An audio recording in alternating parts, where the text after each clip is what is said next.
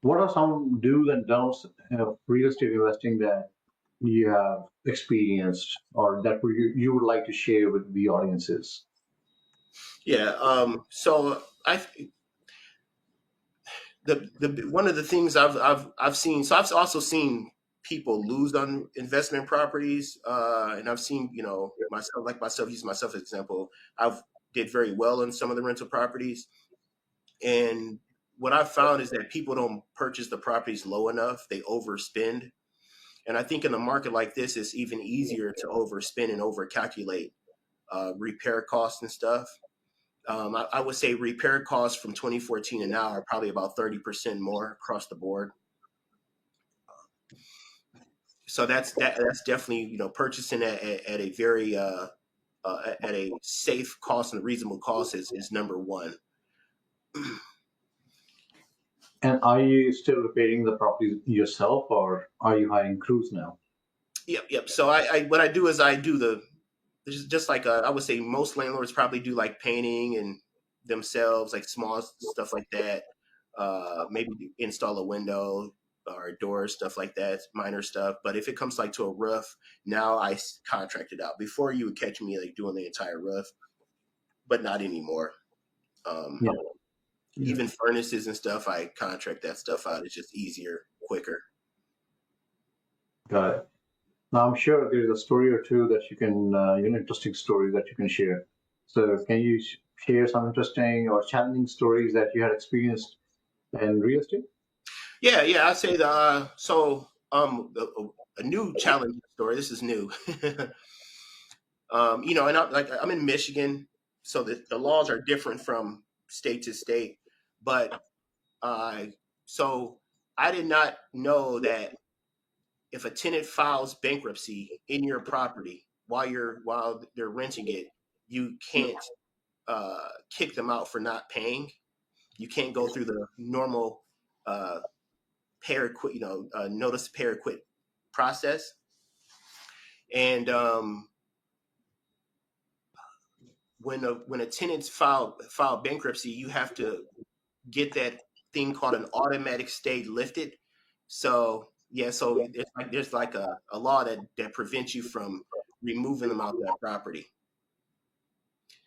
Um, so what I did is I went and got help to confirm that that automatic stay was lifted off their name and that bankruptcy was voided out before I started the eviction process, and that took probably about almost a year. So essentially, uh, it says automatic 30-day stay, but it's actually could be longer if you have to go to court, which that forced me to go through that kind of process.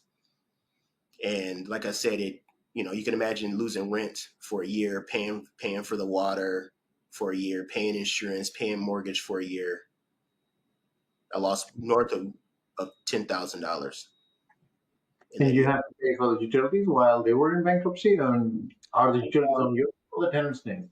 So only the water. So what I do is the way I do in my properties is that I cover the water up to $100, and then beyond that. So if the bill is $101, the tenant covers the additional $1.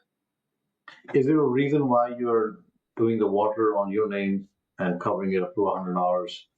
I'm just trying to understand the logic here because most landlords, they will have their tenants and get all the utilities on their name and then pay for it straightforward, unless it's in like a duplex or a quadplex situation where there's not separate meters. And in those cases, I know the landlords typically they keep the utilities on their name and then kind of rebuild the tenants just because they have to split it up so many ways. But in your situation, you are buying single family homes, and uh, I'm just trying to understand: is it a logic that maybe something that Yeah, I'm yeah, missing? yeah. So in Pontiac, the actual water bill is tied to the property. It's not tied to a human. So even if you were to go down there and get the mailing in your name, it doesn't. Even if you don't pay it, it's tied to the property. And what happens is that if it doesn't get paid and you have a back water bill on the property, it roll to the county and they can take the property. So It's more like property tax. they treat it like taxes. Yeah, just like taxes are a lien against the property. Exactly. Yeah, okay, that makes sense. That explains.